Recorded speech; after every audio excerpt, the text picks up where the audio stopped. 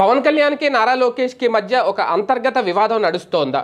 కారణం ఏంటి అంటే వాస్తవానికి 5 శాఖలకు మంత్రిగా ఉన్నారు పవన్ కళ్యాణ్. పర్యాటక రంగ శాఖ కానీ, అటవీ శాఖ కానీ, పంచాయతీరాజ్ శాఖ కానీ ఇలాగ ఈ శాఖలన్నిటికీ సంబంధించి ఆయనే ఫైనల్ అథారిటీ. ఒక రకంగా ఆయనే సుపీరియర్, తర్వాత సీఎం అంతే, పైగా డిప్యూటీ సీఎం కాబట్టి.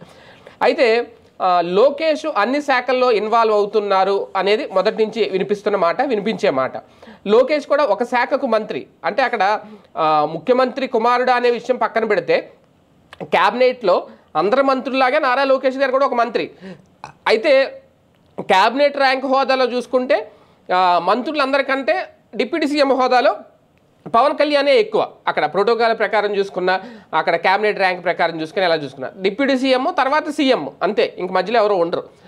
కానీ అన్ని ఫైల్స్ చెకింగ్ చేసే విషయంలో, అన్ని ఫైల్స్ ఫైనల్ చేసే విషయంలో సుపీరియర్ అథారిటీ నారా లోకేష్ తీసుకుంటున్నారా, ఈ చర్చ అయితే నడుస్తుందట అంతర్గతంగా. దాని మీద పవన్ కళ్యాణ్ కూడా కాస్తంత ఆగ్రహంతో ఉన్నారు, కాస్తంత అసహనం వ్యక్తం చేస్తున్నారు.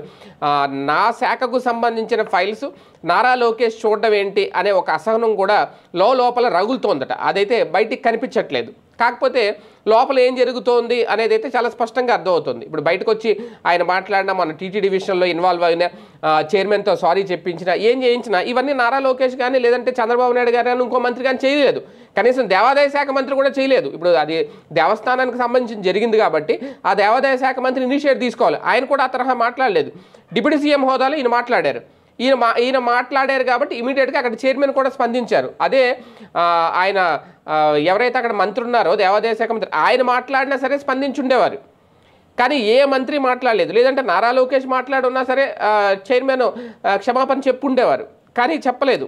ఓన్లీ పవన్ కళ్యాణ్ మాత్రమే. ఇది అంతర్గతంగా ఇద్దరి మధ్య, అటు పవన్ కళ్యాణ్ ఇటు నారా లోకేష్ మధ్య కూడా ఒక కొత్త చర్చకు దారితీస్తుంది. అదే నేపథ్యంలో ఈయన శాఖల్లో వేరే మంత్రి ఇన్వాల్వ్మెంట్ కూడా అంగీకరించలేకపోతున్నారు పవన్ కళ్యాణ్. మరి ఇది ముదిరి పాకాన పడుతుందా, ఎక్కడి వరకు వెళ్తుందనే చూడాలి.